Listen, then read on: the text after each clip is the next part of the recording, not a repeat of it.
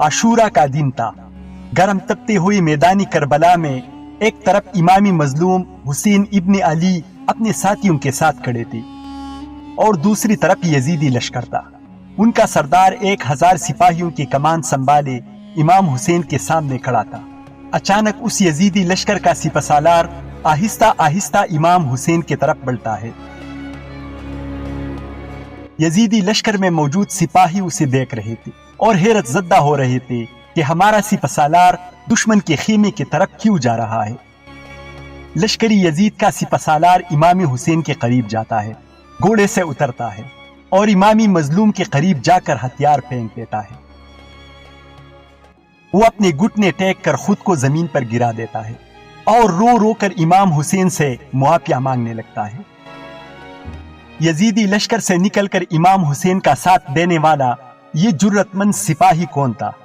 وہ میدانی کربلا میں امام حسین کا حمایتی کیسے بن گیا؟ اس ویڈیو میں ہم اس واقعے کو تفصیل سے جانیں گے۔ این جنگ کے موقع پر توبہ کر کے امام حسین کے ساتھیوں میں شامل ہونے والا وہ شخص حر ابن یزید ریاحی تھا۔ واقعہ کربلا میں حر کا کردار شاید سب سے منفرد ہے، کیونکہ حر ابن یزید ریاحی حق کی تلاش کرنے والے گنہگاروں اور خطاکاروں کا امام ہے، جس نے عین موقع پر توبہ کیا اور جامع شہادت کو نوش کیا۔ حر کا تعلق عرب کے معروف قبیلے بنو تمیم سے تھا۔ وہ کوفہ کے مشہور ترین جنگی کمانڈروں میں سے ایک تھا۔ بنو امیہ کی فوج میں جناب حر اعلیٰ عہدے پر فائز تھے۔ جب یزید نے عبید اللہ ابن زیاد کو کوفہ کا گورنر مقرر کیا تو اسے خبر ملی امام حسین اپنے ساتھیوں کے ساتھ کوفے کی طرف بڑھ رہے ہیں تاکہ بنو امیہ کا تختہ پلٹا جا سکے۔ لہٰذا اس نے جناب حر کو 1000 سپاہیوں کا کمان دے کر امام حسین کا راستہ روکنے کے لیے روانہ کیا۔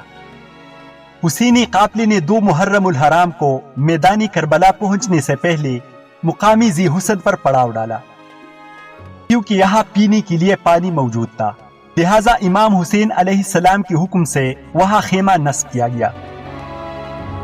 جب حر اپنے لشکر کے ساتھ وہاں پہنچے تو اس نے دیکھا کہ پانی پر اس کے پہنچنے سے پہلے ہی امام حسین قبضہ کر چکے ہیں۔ وہ اپنے سپاہیوں کے ساتھ اس خیمے کے آگے کھڑا ہو گیا اور سپاہیوں نے نیزے لے کر صف بنا دیا، کیونکہ جناب حر اور ان کا لشکر عراق سے لمبے سفر کے بعد یہاں پہنچے تھے۔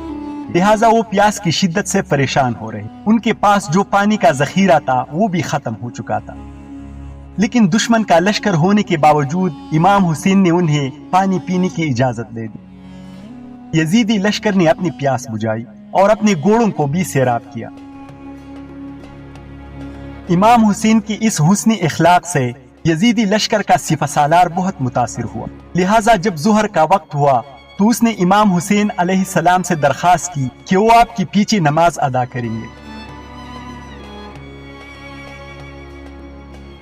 نماز سے فارغ ہو کر حر امام حسین کے خیمے میں آئے اور ان سے یہاں آنے کا مقصد دریافت کیا۔ حسین ابن علی نے فرمایا، میں کوفیوں کے بھیجے گئی خطوط کی وجہ سے یہاں آیا ہوں۔ وہ حکومت سے بیزار اور پریشان ہے۔ جناب حر نے کہا، میں یہاں آپ سے جنگ کرنے کے لیے نہیں آیا ہوں، مجھے حکم دیا گیا ہے کہ میں آپ کو کوفہ لے کر جاؤں، لہٰذا آپ ایسا راستہ اختیار کریں کہ جنگ اور خونریزی نہ ہو۔ اس نے امام حسین کو مشورہ دیا کہ آپ یزید کو خط لکھ کر صلح کر لیں اور خود کو اور اپنے اہل بیت کو شہید ہونے سے بچا لیں، کیونکہ یہی آپ کے حق میں بہتر ہے۔ حسین ابن علی نے جواب دیا، مجھے خدا کی راہ میں موت سے کوئی ڈر اور خوف نہیں ہے۔ حر اور ان کا لشکر حسینی قافلے کے ساتھ ساتھ چلتے رہے، اور جب بھی موقع ملتا تو جناب حر امام حسین کے پاس آ کر اسے مشورہ دیتے کہ خدا کے لیے آپ مدینہ واپس چلے جائیں، ورنہ آپ کا شہید ہونا یقینی ہے۔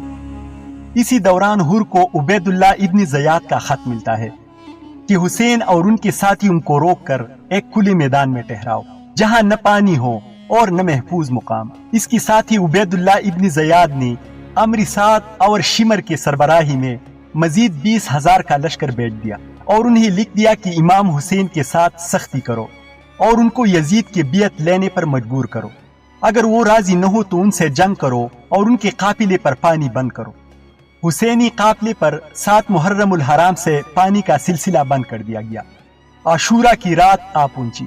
اس رات جناب حور بے چین اور پریشان تھے۔ آپ کے دل میں بار بار یہ خیال آ رہا تھا کہ میں نے یہ کیا کیا، میں نے فاطمہ کے بیٹے کو کس مقام پر پہنچا دیا۔ اس کا ضمیر بار بار انہیں ملامت کر رہا تھا۔